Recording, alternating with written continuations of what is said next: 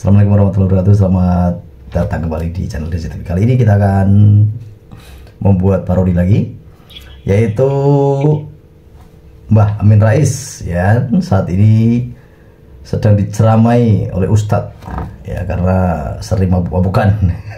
Ini hanya lucu-lucuan ya teman-teman ya. Jadi Amin Rais ini yang saat ini diparodikan suka mabuk-mabukan ya. Kita akan lihat ceramah dari Ustadz ya, diceramai.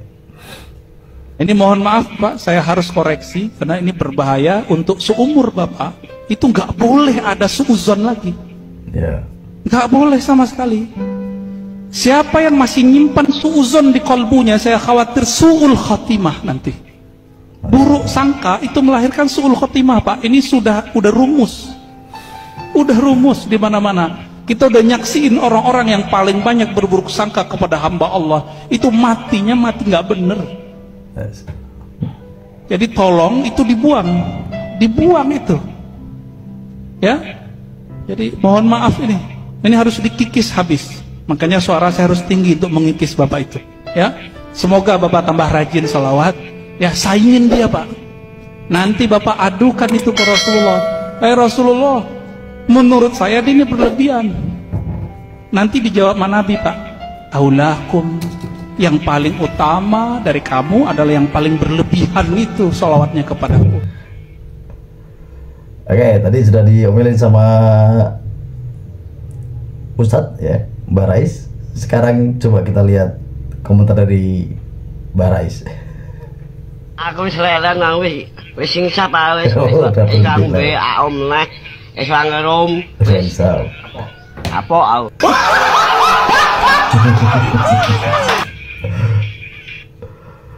Oke, kita cari lagi teman-teman ya. Assalamualaikum warahmatullahi wabarakatuh.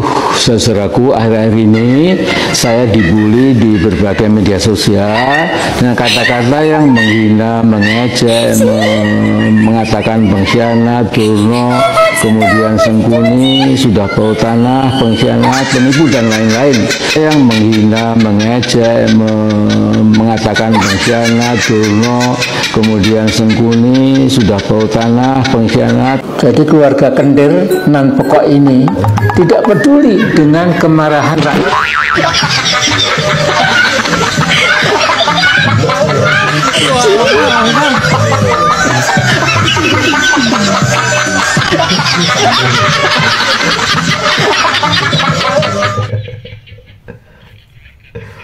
Oke, kita cari lagi. Nah, si Jokowi ini itu lebih ganas, lebih gawat, lebih serem, lebih dajjal, lebih evil, lebih syaitaniyah daripada yang lalu-lalu ya. Nyapa guys? Alah, aku ki arepe nggekno kuburan Amin Rais iki. Tak kubur iki nih Amin Rais iki. Loh, lah kok iso? Lah nyapa?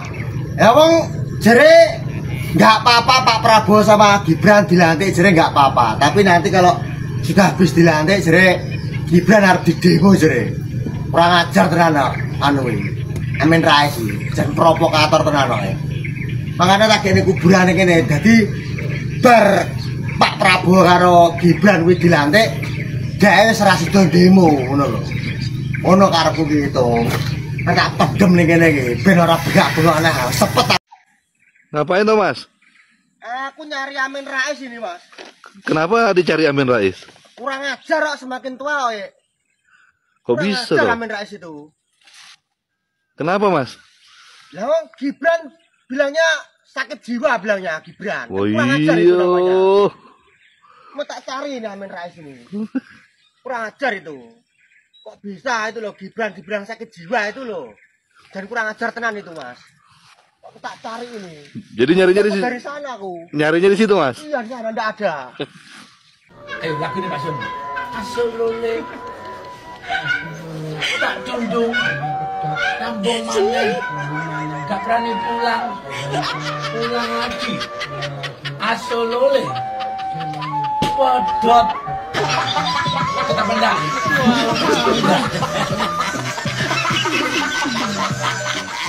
Pak Amin Rais itu adalah seorang yang bisa menghancurkan tetapi gak bisa ngebangun. Jadi bisa menghancurkan Orde Baru yang bertahan lama sekali di Indonesia itu bisa. Tapi pas dia ngebangun, dia gagal. Dia ngebangun koalisi dengan orang-orang besar pada waktu itu. Ternyata hanya sumur jagung, sebentar sekali.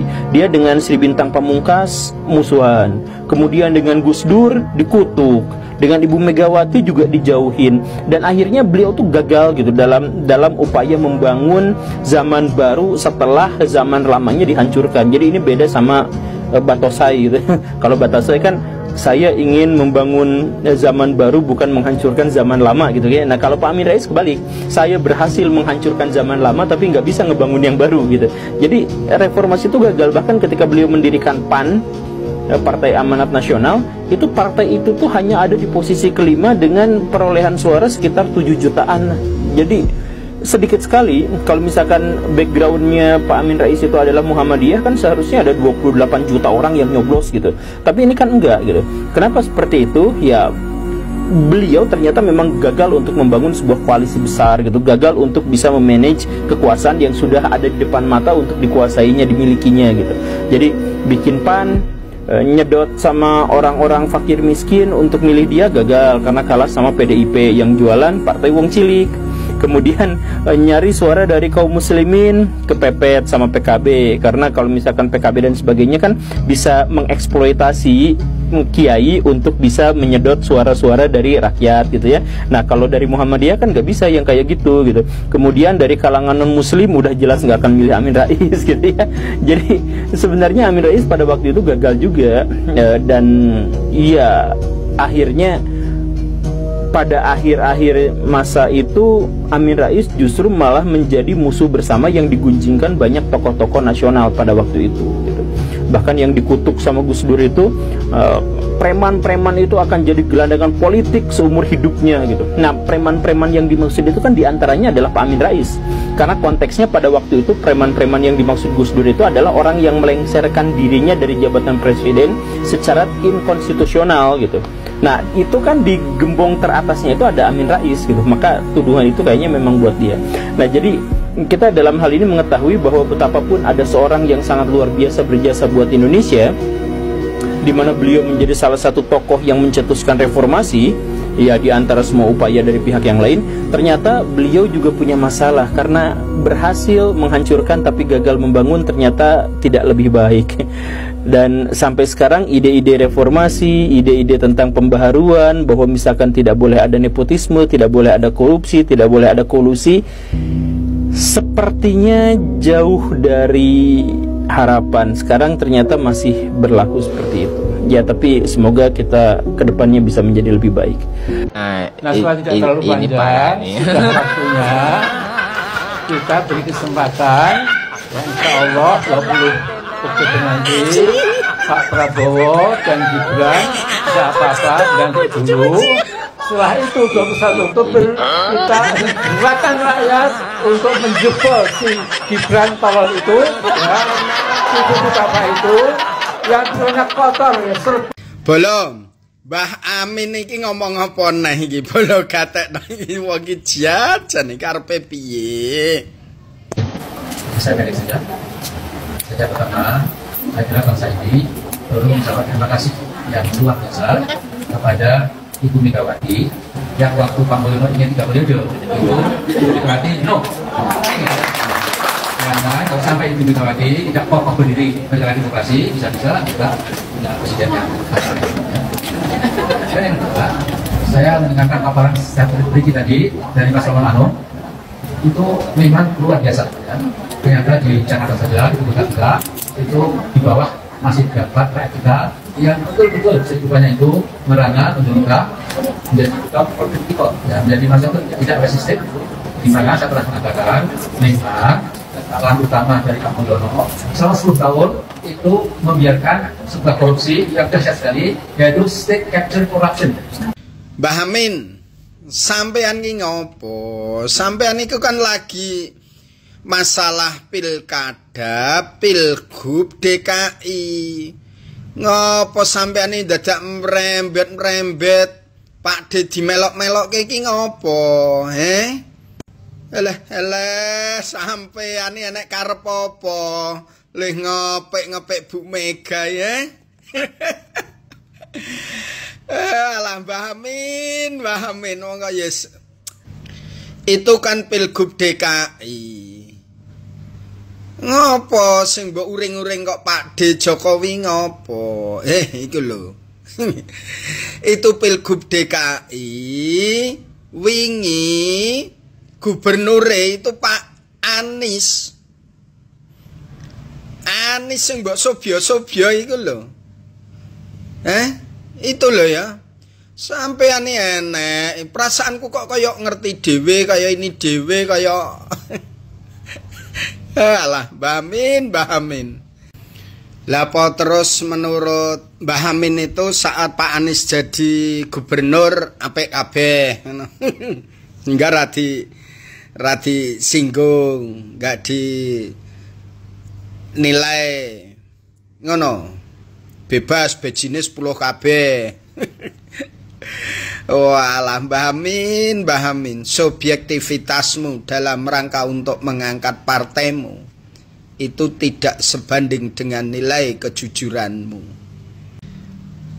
Dan ini bolo ya, tititeni jajal tititeni. Sing sapa didukung Pak Amin dikalahi biasanya. Jadi sampean dukung Pak Pramono Anung kuwi ora untuk kemenangan, malah justru nanti blunder malah jadi kekalahan. Wes nek ra percaya kita tunggu jajal. Wes nek ra percaya ditunggu wae bolo ya. Ditunggu wae sing didukung Mbah Amin kok menang apa kalah. Wes ngono wae.